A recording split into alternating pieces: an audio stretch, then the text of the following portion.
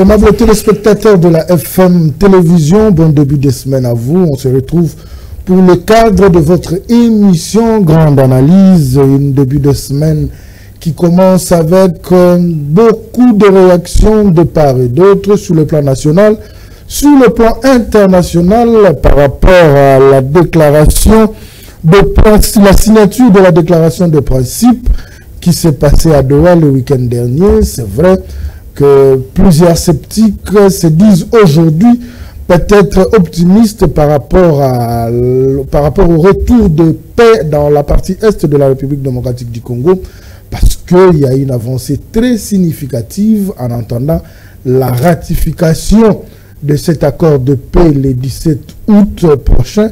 Mais du moins, nous sentons déjà la volonté de faire taire les armes de part et d'autre, surtout du côté de rebelles. Nous ne savons pas ce qu'ils le font avec leur volonté. Ils ont été contraints par les États-Unis, mais le plus important pour la République démocratique du Congo, c'est de recouvrer cette paix tant cherchée pendant plus de 3 décennies. Nos frères et sœurs de la partie Est vivent sous la détonation des armes, et nous nous disons très contents de voir cette avancée afin que cette partie de la République démocratique du Congo recouvre sa sérénité.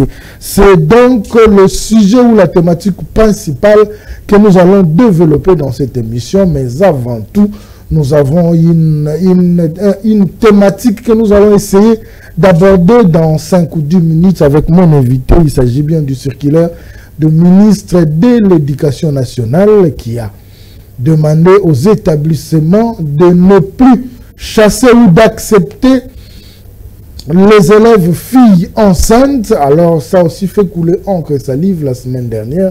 Est-ce une bonne décision? Est-ce une mauvaise décision? Chacun a sa manière de voir les choses et chacun réagit à sa manière. Ce sont là les 2 thématiques que nous allons aborder au cours de cette émission avec M. Steve Kabasele, qui est communicateur du parti Ligue de serviteurs de l'honorable Ntingi Pouloulou. C'est avec lui que nous allons essayer de décortiquer cette actualité sur le plan national, et il va essayer de mettre son point de vue et le point de vue de son parti politique. Bonjour, M. Steve. Bonjour à vous également. Bonjour à tous les téléspectateurs qui nous suivent en ce moment.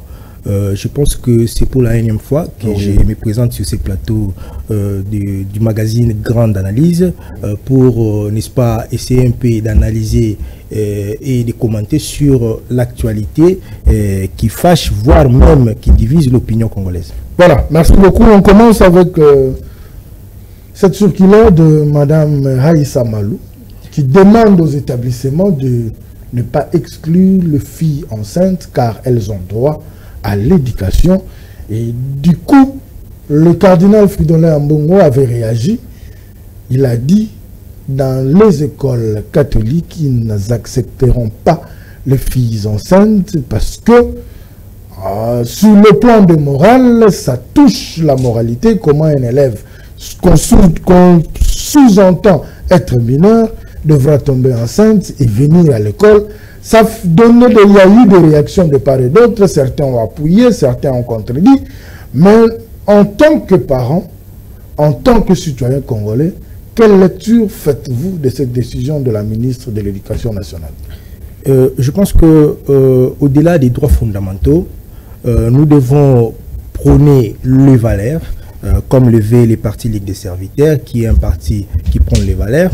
Je pense que Madame la ministre de l'Éducation, en tant qu'autorité, a pris une mesure où, à travers sa note circulaire, interdisant à toutes les écoles de ne plus mettre en dehors des installations scolaires les filles grosses.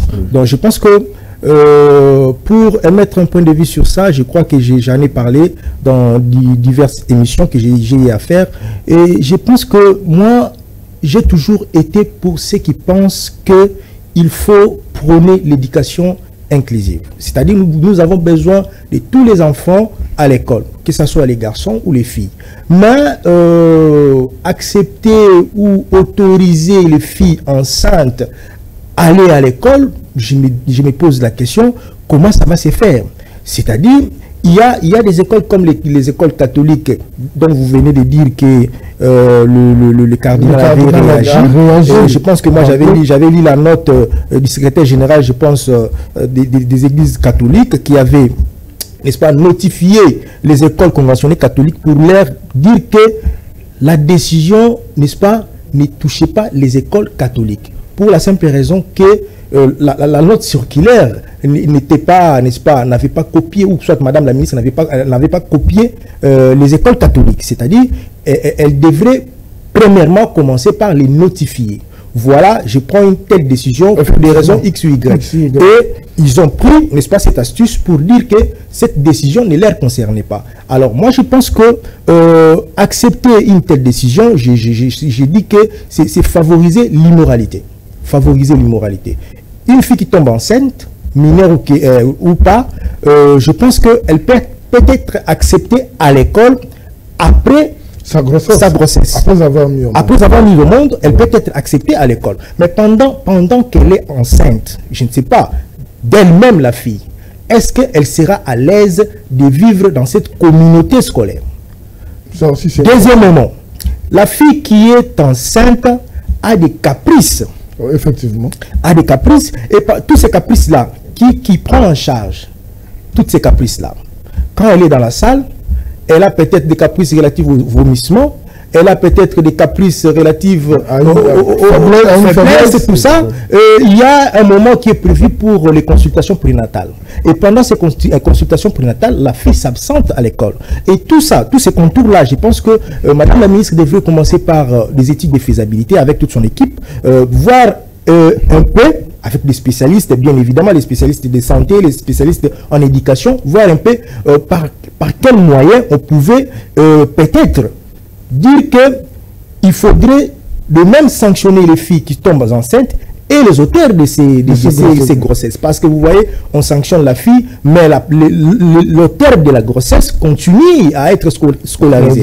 Ça c'est aussi le cas si l'auteur est un élève aussi. Tout à fait, voilà. Tout à fait. Parce qu'il y a d'autres cas où d'autres filles qui sont victimes de leurs enseignants, par exemple. Donc, c'est-à-dire, lorsqu'on sanctionne, on sanctionne la fille et l'auteur de la grossesse. Et Madame la ministre doit essayer un peu de faire un pas en arrière, revoir un peu sa décision, trouver les contours qui peuvent lui permettre de prendre de bonnes décisions relatives à nos filles qui vont à l'école. Une dernière question avant que nous puissions aborder la grande thématique. Quand Madame la ministre Malou demande à ce que les établissements scolaires reçoivent ces filles enceintes, nous savons, la tranche d'âge de nos élèves varie de 0 peut-être à 17 ans, ou 18 ans, c'est dans des cas rares à l'heure actuelle. Donc, déjà quand vous sortez, vous avez un rapport sexuel avec une fille mineure, c'est du viol. Si nous devons accepter ces enfants mineurs ou ces élèves enceintes dans nos écoles, donc le caractère du viol tombe caduc. Sur le plan juridique, qui sera responsable? Tout à fait. C'est-à-dire, il a fallu commencer par une loi pareille, c'est-à-dire dire que non, un mineur ou une mineure peut, n'est-ce pas, passer des rapports sexuels à tout moment, c'est-à-dire on ouvre une brèche pour eux, on leur donne l'autorisation de les faire, parce que lorsque nos filles vont entendre cela, ils diront que non, bon, aujourd'hui, je peux tomber enceinte, j'irai à l'école. Dans quelle classe? Tout à fait. J'irai à l'école. Mais je me pose la question, qui est ces parents qui peut accepter sa fille à la maison, tomber enceinte et vivre ensemble avec lui à la maison? Je ne pense pas. Et à cet effet, lorsque la fille tombe enceinte, qui prend en charge la scolarité?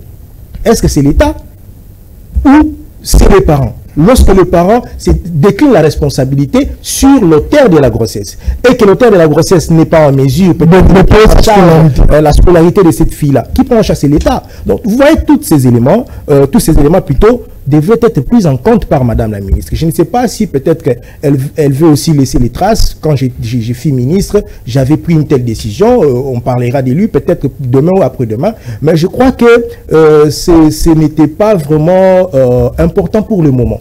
Ce n'était pas important pour le moment. Madame doit faire un effort de revenir à sa décision. Peut-être essayer un peu de créer l'équilibre sur les sanctions. Donc, entre l'auteur et la victime. Voilà, merci beaucoup. Je pense que ça, c'était juste une brèche pour commencer cette émission. Nous allons aborder notre grande thématique qui est la signature de la déclaration de principe qui a eu lieu le 19 juillet à Doha. Mais avant tout, nous commençons par donner la définition de la déclaration de principe. En fait, c'est un document énonçant le motif fondamentaux qui oriente et guide l'action d'une organisation sociale, politique ou tant d'autres. On peut prendre une autre définition. C'est la première trace écrite des intentions de partis gouvernementales limitées à marquer l'entrée ou la poursuite des négociations tout en incluant une contrainte à la confidentialité et à l'exclusivité. Donc, chacun de nous peut comprendre où nous en sommes aujourd'hui avec la coalition AFC et M23. À la lueur où vont les choses, nous pouvons nous dire qu'une lueur d'espoir par rapport à la situation sécuritaire de l'Est commence à s'annoncer avec tout ce qui se passe à Doha. Donc, attendons donc voir ce qui va se faire le 17 août où aura lieu la ratification finale de cet accord de paix. Monsieur Steve Kabasele, qu'est-ce que vous vous dites déjà après la signature de cette déclaration de principe? Je pense qu'après la signature de cette déclaration de principe, je constate que nous tendons un pas vers la paix. S'il faut faire marche en arrière, vous vous rappellerez qu'avant d'arriver à Doha, nous avons commencé avec Nairobi, où on a parti de Luanda, Nairobi, qui a cousu par un document qui devait être respecté, c'est-à-dire un programme de démobilisation, des armements, quelque chose comme ça, qui n'a jamais été respecté jusqu'à ce jour. Nous sommes allés à Luanda, très immédiate de tous ces groupes armés à l'est de la RDC, ça n'a jamais été respecté. D'ailleurs, les M23 qui se disaient ne pas être alignés dans le groupe de tous ces groupes armés, et nous sommes retrouvés à Luanda, cette fois-ci avec le Rwanda. Vous connaissez la suite. Nous sommes allés à Doha. À Doha, il y a eu des tractations de part et d'autre, mais rien de bon n'est sorti de cela. Et nous sommes allés à Washington, et à Washington, on aura la signature d'un accord. Et cet accord qui prend en compte les pourparlers de Doha. Et nous étions contraints de retourner à Doha, cette fois-ci entre le gouvernement de la RDC et les M23. M23, AFC bien sûr.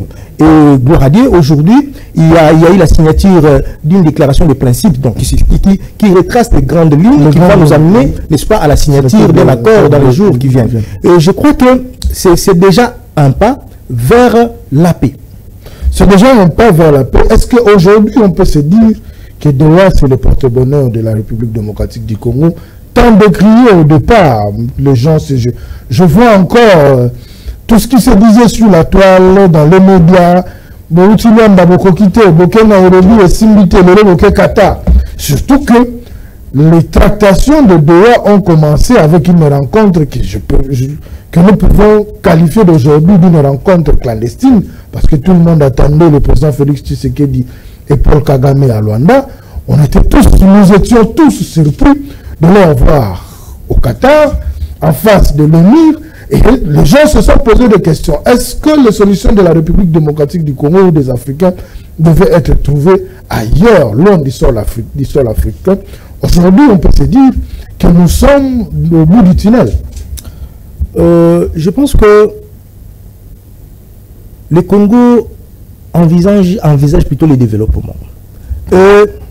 Si vous lisez cette déclaration des principes, vous allez remarquer que les deux parties reconnaissent que le développement ne peut passer que par...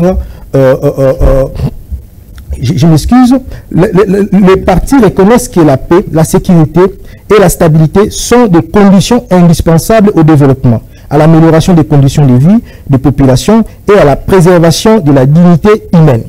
C'est-à-dire, et le M23 AFC et les gouvernements reconnaissent que nous pouvons connaître le développement qu'à travers la paix. Ok? Et si déjà, avec tout ce qui est comme engagement dans cette déclaration qui n'est pas encore un accord. Il faudra encore attendre, n'est-ce pas, dans les jours à venir, qu'on nous présente l'accord, quelles seront les recommandations ou les exigences du M23. Bien évidemment, c'est du gouvernement congolais. Et je crois que c'est avec ça qu'on pourra peut-être parler de la fumée blanche. Et je pense que l'M23 et l'AFC est contraint, n'est-ce pas, est contraint de négocier avec le gouvernement congolais. Certainement, je constate qu'ils sont en train de patauger peut-être par ignorance, ou ils savent ce qu'ils sont en train de faire, ou ils sont guidés par une main noire qui serait le Rwanda. Ça, je ne sais pas, parce que déjà le Rwanda a posé sa signature sur l'accord de paix à Washington, qui sera peut-être dans les jours à venir aussi approuvé par les deux chefs d'État, Félix Antoine Tshisekedi et le président Paul Kagame plutôt. Je crois que nous devons privilégier la paix. Nous devons privilégier la paix parce que c'est grâce à la paix, c'est à travers la paix que nous pouvons attirer les investissements. C'est à travers la paix que nous pouvons, n'est-ce pas, faire de notre tourisme un moyen de mobilisation des recettes. Je peux dire que un moyen qui peut nous aider, n'est-ce pas, à augmenter nos recettes à travers le tourisme. Et je pense que cette fois-ci, il y a la bonne volonté qui se manifeste, mais qui devra être matérialisée dans les jours à venir. Dans cet accord, on parle de la fin des hostilités et à jeter les bases d'un accord de paix durable dans l'Est de la République démocratique du Congo. Nous avons tous vu le début de cette rencontre à Doha entre le gouvernement et le groupe des rebelles. Les rebelles qui avaient, je dirais, mis la barre très haute avec des revendications. La fameuse revendication de la gestion de Goma à Bukavu pendant 8 ans. C'est vrai que quand on relit cette déclaration de principe, on ne la trouve pas. Mais vous ne voyez pas qu'on demande la fin des hostilités. Les rebelles, avec leur malignité, vous ne pensez pas que dans leur logique, ils voudront toujours chercher à contraindre le gouvernement à faire des choses en leur faveur? Vous savez, ce qu'il faut savoir ici, que le M23 se promène avec un cahier de charges qui date de longtemps. C'est-à-dire, ils sont porteurs d'un cahier de charges venant du Rwanda. Lorsque vous lisez les revendications du M23 AFC, ce sont les mêmes revendications que CNDP s'est promené avec dans les temps. Lorsqu'on parle de la gestion, bien évidemment, aujourd'hui, ils ont précisé la durée de cette cogestion pendant 8 ans, mais avec le CNDP qui considérait la partie dans les Grands Kivu qui devrait revenir à la gestion du Rwanda. Donc, c'est-à-dire, ce n'est pas du nouveau.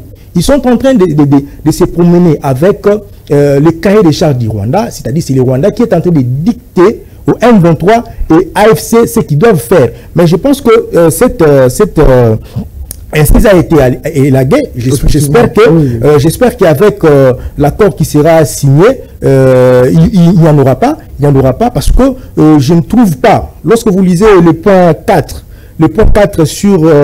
sur la déclaration des principes, où on parle de la restauration de l'autorité. La restauration de l'autorité gouvernementale sur l'ensemble du territoire national. Et lorsque les deux parties acceptent, c'est-à-dire le M23 n'est plus dans la logique de la gestion du Nord Kivu et le Sud Kivu pendant 8 ans. Parce que c'est l'État qui doit, n'est-ce pas, déployer les forces armées, déployer les éléments de la police, les services de sécurité pour établir l'ordre dans toute l'étendue de la République démocratique du Congo. Et je crois qu'il faudra, nous attendons qu'il y aura des revendications, par exemple le brassage, le mixage, et il faudra que ceux qui sont sur la table de négociation du côté du gouvernement tiennent à ce que cela ne passe pas.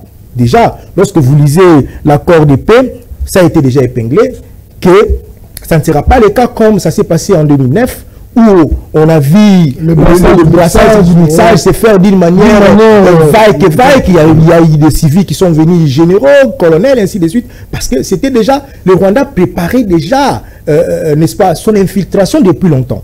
Il a fallu passer par là, passer par le brassage, passer par les mixages, mais cette fois-ci, cela ne passera plus. On a dit qu'il y aura identification et s'il faudra intégrer les éléments du M23 AFC aux forces au sein de l'armée congolaise, cela se fera d'une manière individualisée.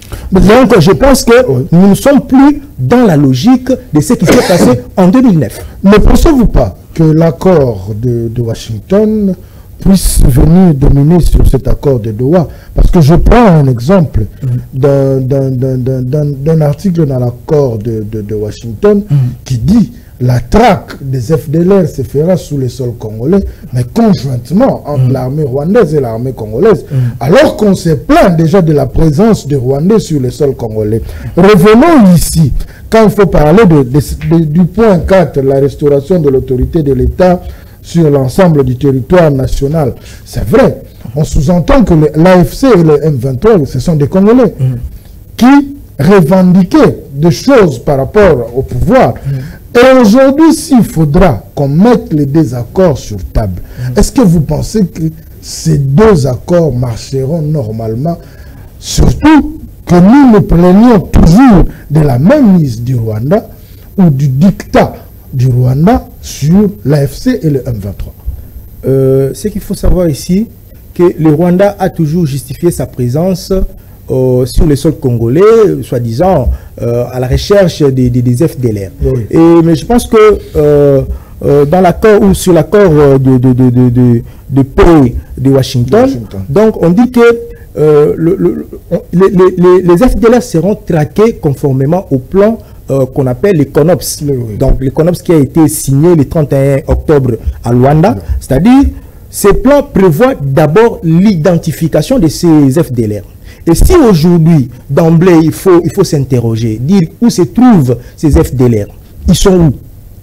S'ils sont à la partie Est, qui contrôle la partie Est? C'est l'M23 et les FDLR et AFC. C'est à eux maintenant de nous dire, depuis qu'ils sont là, combien ils ont déjà arrêté comme FDLR. Est-ce que le FDLR dont le Rwanda utilise comme alibi a déjà fait une incursion au Rwanda? J'ai dit non. Est-ce que le FDLR constitue une menace contre le Rwanda? Je ne pense pas. Alors, c'est juste le prétexte utilisé par le Rwanda pour justifier sa présence sur le sol congolais. Et je crois que il y aura un mécanisme de suivi qui sera mis en place. Peut-être qu'il sera piloté par la communauté internationale. Peut-être, je crois, on parle aussi de la MONUSCO. Nous allons suivre l'évolution de la situation, voir un peu si pendant 2 ou 3 mois, 4 mois, combien on va arrêter comme FDLR pendant que le lieu où les FDLR seraient, selon le Rwanda, est contrôlé par le M23 AFC, y compris même le Rwanda. Donc, on nous a montré ici un certain général avec un tennis neuf, et puis le basket Jordan, et ces éléments, on nous dit que non, ce sont les FDLR qu'on a arrêtés. Vous comprenez que c'est une histoire boutiquée de toutes pièces, et je pense que le gouvernement, au cours des négociations, il réussira à élaguer cette incise. Voilà, continuons dans les engagements pris lors de la signature de la déclaration de principe. Il y a l'instauration d'un cessez-le-feu permanent, interdisant toute attaque armée, propagande haineuse ou encore la modification de lignes de front. C'est vrai, dans cette situation, la République démocratique du Congo attaque rarement. La République démocratique du Congo joue à la défensive du territoire. Vous pensez que l'AFC et le M23 seront contraints à accepter cet engagement? Mais ils ont signé cette déclaration. Oui, ils sont contraints. C'est un accord. Tout à fait. Ils sont contraints de respecter. Vous vous rappellerez récemment, ils ont attaqué comment dirais-je, toutes les positions des forces armées, tout simplement pour faire pression au gouvernement de faire passer leurs revendications qui étaient liées sur la gestion du Kivu, les grands Kivu bien sûr, pendant 8 ans. C'est-à-dire il a fallu attaquer les positions des forces armées, n'est-ce pas, pour fragiliser davantage, peut-être essayer un peu de percer pour récupérer certains territoires. Fort malheureusement, ils n'ont pas réussi à les faire. Et je pense que ici, il y a un document qui a été signé, ce n'est pas pour la première fois, nous connaissons tant des accords dans notre pays, et tout dépend maintenant de la bonne foi de toutes les parties. Donc, le gouvernement congolais que nous sommes déjà disposés à respecter parce que nous visons la paix, et quitte au M23, AFC et le Rwanda, qui est leur parrain, de respecter également leurs engagements. Et je pense qu'il y a les États-Unis qui suivent de près la situation. Il y a le Qatar, bien évidemment, qui suit aussi la situation. Ils sont contraints n'est-ce pas, de pousser, de contraindre toutes les parties à respecter les engagements tels que définis noir sur blanc. Le deuxième engagement, c'est la mise en place d'un mécanisme conjoint de vérification du respect du cessez-le-feu. Comment cela pourra se faire? Bon, c'est là, on parle d'ailleurs de l'accompagnement de la MONUSCO, c'est-à-dire la communauté internationale, à travers la MONUSCO, voir sur terrain si les recommandations faites à travers cette déclaration des principes sont respectées. Et je pense que il faudra, n'est-ce pas, à la communauté internationale qui a cette possibilité, n'est-ce pas, ensemble avec le gouvernement congolais et l'autre partie, n'est-ce pas, de faire respecter tous ces engagements qu'on a pris.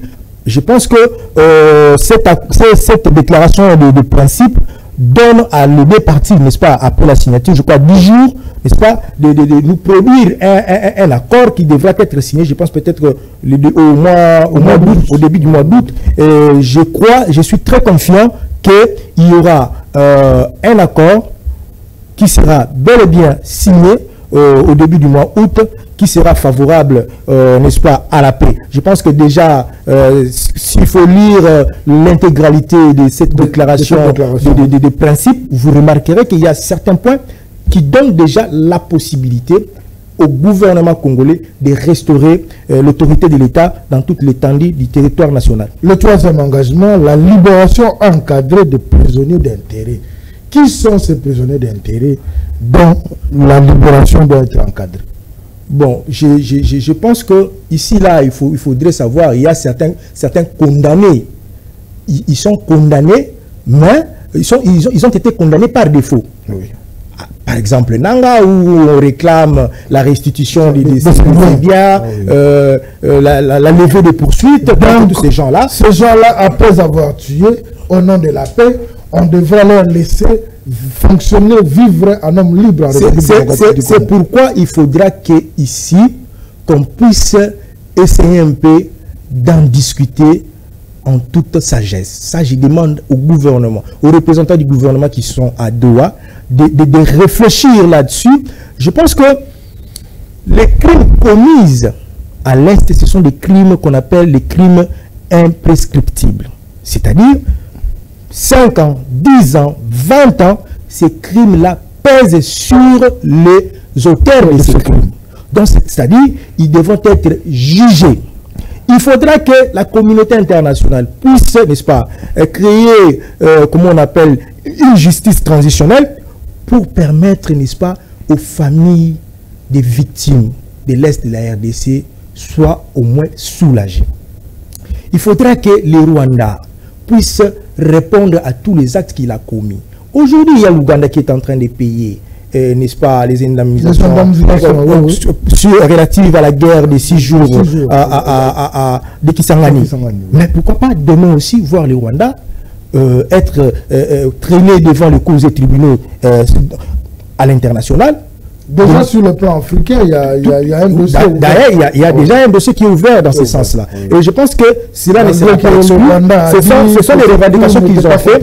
Ce sont des revendications qu'ils ont faites. Mais il faudra que la partie congolaise qui représente le gouvernement à Doha, donc le ministre de l'Intérieur, M. Chabani, je pense qu'ils devront faire de sorte que cela ne passe pas. En tout cas, tous les autres... Bien que nous sommes en période de négociation, mais... Tout à fait.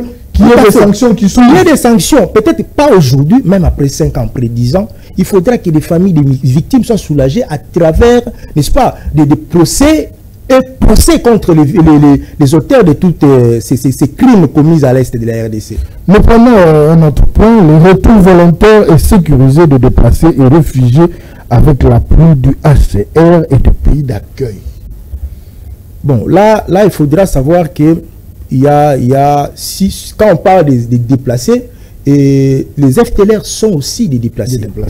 Ils ont fui la guerre au Rwanda depuis 1994, lorsqu'il y a eu l'assassinat de l'ancien président du Rwanda, M. Habyarimana. Donc ces FDLR ont fui la guerre parce qu'il y avait les Tutsis qui massacraient les Hutus. Ils ont fui la guerre pour se réfugier au Congo. Et de même, il y a aussi les déplacés congolais qui ont fui la guerre.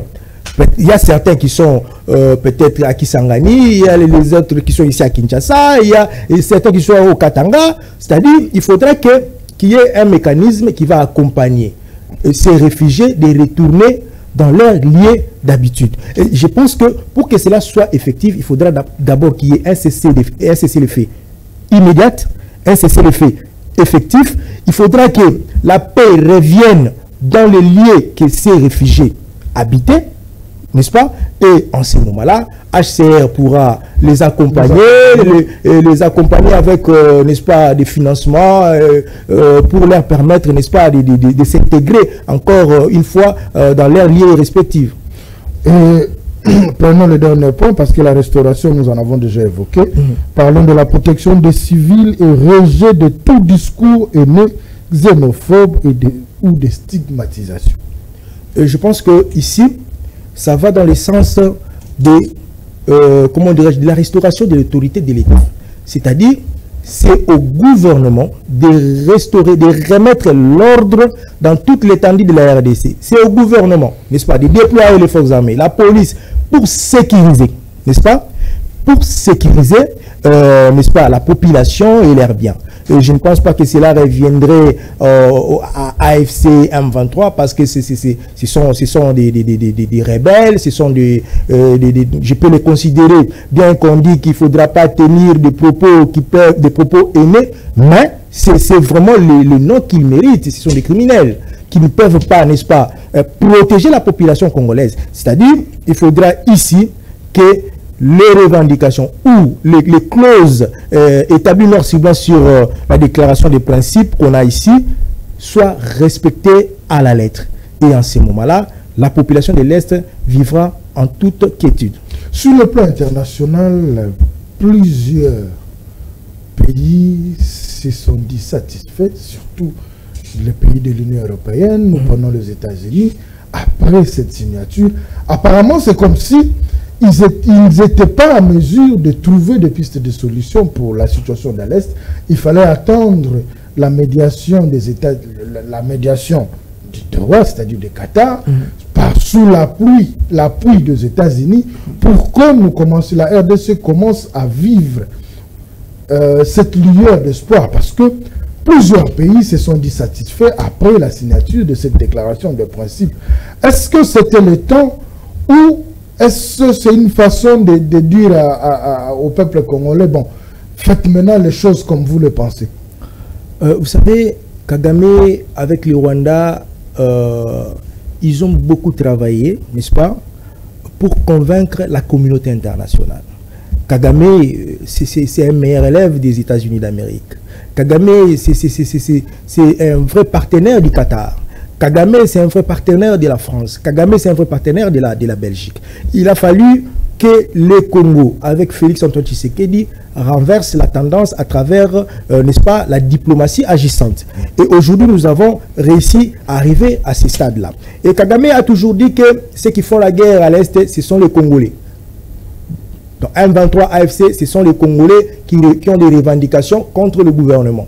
Et au-delà de ça, il y avait des tensions où la RDC accusait le Rwanda d'être les parents du M23, d'être les parents de l'AFC, au-delà de ces deux groupes armés, il y a aussi d'autres groupes armés qui sont alimentés par le Rwanda. Alors, il a fallu trouver un terrain d'entente avec le Rwanda.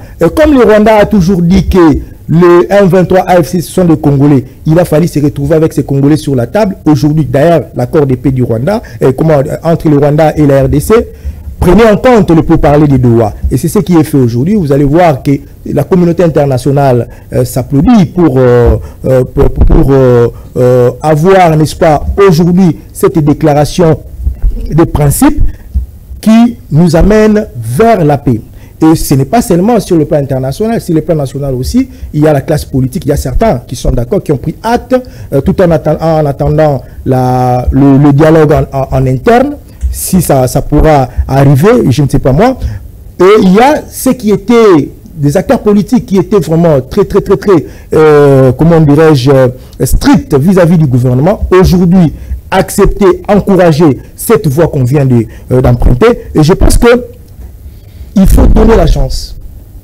Il faut donner la chance à ce processus. Et je crois que dans les jours à venir, tout va changer à la partie est de la RDC. Sur le plan interne, le président de l'envol, Délice Sanga aussi, a apprécié.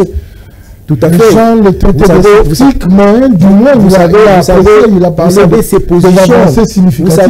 Vous savez ses positions vis-à-vis du gouvernement, vis-à-vis du président de la République. Et aujourd'hui, s'il accepte, il comprend que nous sommes dans une voie qui nous amène vers la paix. Et je crois que ce processus doit être une question de toute la nation. Nous devons cette fois-ci saisir cette opportunité, n'est-ce pas? Non seulement avoir la paix à l'est de la RDC, mais aussi avoir les engagements entre la RDC et les États-Unis d'Amérique qui nous permettra, n'est-ce pas, de nous amener peut-être les transferts technologiques, nous amener les entreprises dans le secteur minier qui va, n'est-ce pas, prendre la main-d'œuvre congolaise comme ça a été avec la Chine. Vous savez que les États-Unis a, n'est-ce pas, amené ces entreprises des États-Unis à la Chine, à la recherche de la main-d'œuvre. Le Congo a la main-d'œuvre très qualifiée. Et je pense que ces entreprises pourront permettre au peuple maîtris de la Est de la RDC de trouver de l'emploi, de travailler dans ces minéraux. Et je crois que ça sera vraiment une voie qui nous amènera vers le développement. Une dernière question. Les États-Unis s'imposent à la guerre de l'Iran et l'Israël. Il s'est imposé.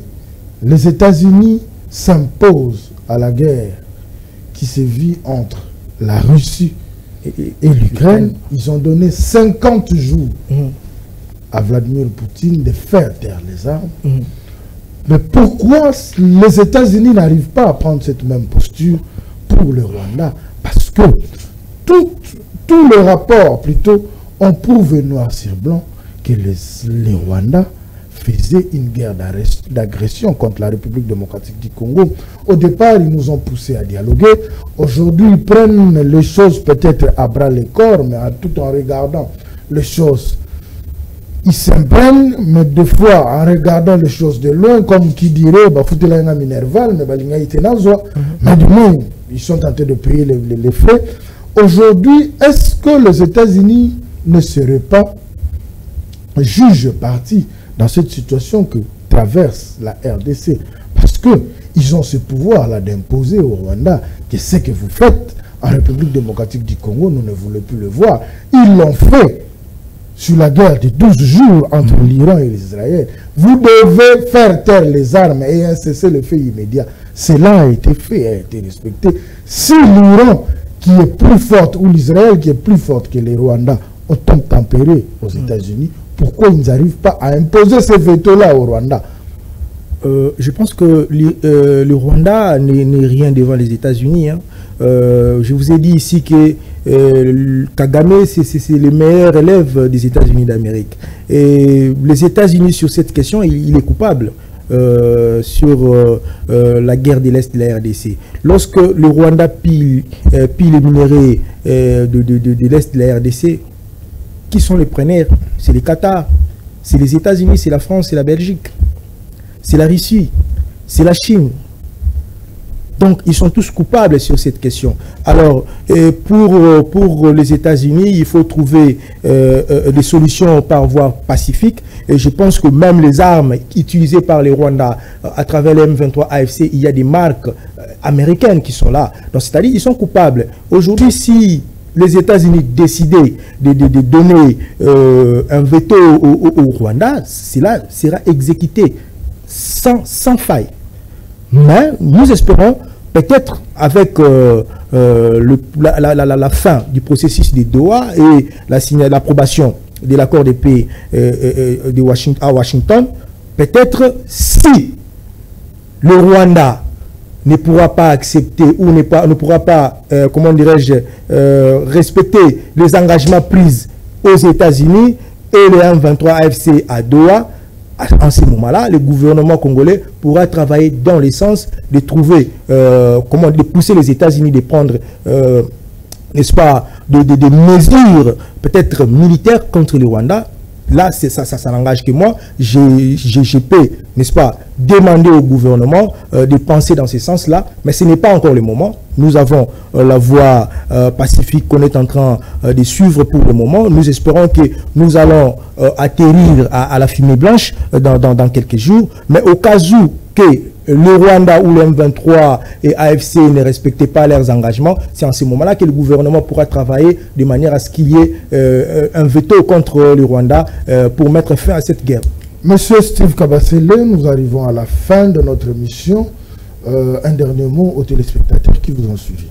Un dernier mot, je vais dire à nos téléspectateurs de soutenir le parti Ligue des Serviteurs. C'est un parti qui est prometteur, un parti qui est en train de se mouvoir à tout moment. Nous sommes maintenant là au Congo central, où on est en train de construire la morgue à Ngeba. C'est-à-dire qu'il y a une morgue qui est en train d'être construite à Ngeba. Il y a les forages qu'on a construits à Mbuba. Il y a les forages qu'on a construits à Ngeba. Il y a des projets qu'on est en train d'envisager. Ne soyez pas étonnés demain de voir le groupe scolaire Ntingi à Kisangani, parce que certains pensent que si Ntingi est en train de faire tous ces projets, la réalisation de tous ces projets, c'est en perspective des élections de 2028. C'est contraire de ce qu'ils pensent, parce que Ntingi a déjà conquis la ville de Kinshasa, Ntingi a conquis la Funa. Donc s'il doit être candidat, il sera candidat à la Funa, il sera candidat à Kinshasa et non au Congo central. S'il est en train de le faire, c'est parce qu'il est habitué, n'est-ce pas, à apporter sourire au peuple congolais, particulièrement à ceux qui sont au Congo central. Il y a aussi ceux de Kinshasa qui sont en train de bénéficier, n'est-ce pas, de ces œuvres de Ntingi Pouloulou. Si vous allez au collège, comment on appelle ça, au groupe scolaire Ntingi Pouloulou, il y a des élèves qui étudient gratuitement, sans frais. D'ailleurs, il est le parrain, n'est-ce pas, de l'article 43 qui consacre la gratuité de l'enseignement. Avant que cette gratuité commence, Ntingi Pouloulou le faisait déjà dans son école, le groupe scolaire Ntingi. C'est pourquoi il est en train d'envisager d'ériger cette école à Kisangani, voir aussi les élèves de Kisangani étudier gratuitement. Et nous sommes obligés de l'accompagner, de les soutenir. Je pense qu'il a toujours dit que le bonheur du peuple font l'honneur de ses dirigeants. Lorsque la population vive le bonheur, cet honneur-là revient à ses dirigeants. Et s'il faut terminer, je vais souhaiter un bon séjour à maman Émilie Nkongolo et tante Sylvie qui sont ici à Kinshasa. Je vous souhaite vraiment un bon séjour. Nous sommes ensemble avec vous et jusqu'à ce que vous serez de retour chez vous aux États-Unis d'Amérique. Voilà. Merci beaucoup. C'est par ici que nous mettons un point final. Mais avant de clôturer, je parie que nos dirigeants, permettez-moi de le dire.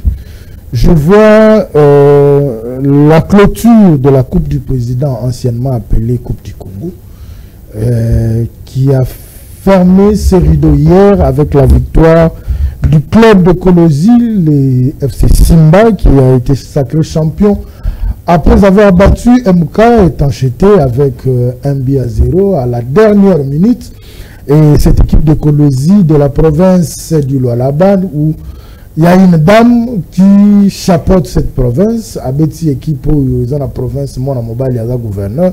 Donc, deux fois, Bitumbaba gouverneur paye ça la bien. Et une dame l'a emporté devant un homme. Je pense que ça prouve à suffisance que c'est une femme qui a une vision et à total à lobby. Il y a bateau et Azo Kamba parce que le football draine la masse et ne soyez pas surpris. Lobby après lobby, on a l'élection 2028, va passer ma voix parce qu'elle sait faire ce qu'elle sait entretenir ce qu'elle veut faire. Mais ce qui m'intéresse plus, c'est la cagnotte. Champion, il y a Coupe du Président a touché 250 000 $. Le vice a touché 100 000. 150 000. 150 000. Le troisième a touché, je crois, 70 000. Champion, il y a Pefkin, va payer 70 000. Mais au moment où le club n'a pas 100 000, 250 000, nous avons de l'argent, de millions de dollars. Il y a un clip, il y a Mindeli. Nous en avons donné 5 millions à l'AS Monaco. Nous en avons donné plus de 10 millions à l'AC Milan. Nous allons donner plus de 44 millions au FC Barcelone. Que je sois barcelonais ou pas, Congolais, ça aurait dû bénéficier au football congolais. Aujourd'hui, le championnat congolais est par terre, faute de moyens. Il y a des sponsors qui viennent à compte-gouttes. Mais vous prenez des millions de dollars. Vous avez payé ça club et à Mindele. Pokaka, Bakomerabino visite RDC. Ça rapporte quoi à la République? Si nous avons un championnat fort, nous aurons des clubs qui iront jouer sur le plan continental et pourquoi pas participer à la coupe du monde des clubs. Ça pourra mieux vendre l'équipe que Kolatissa Barcelone visite RDC, na équipement et entraînement pour pendant le match, les 90 minutes, il y a match comme la RDC et la Romone en athée. Je chute par là, on se retrouve prochainement avec un autre invité. Au revoir.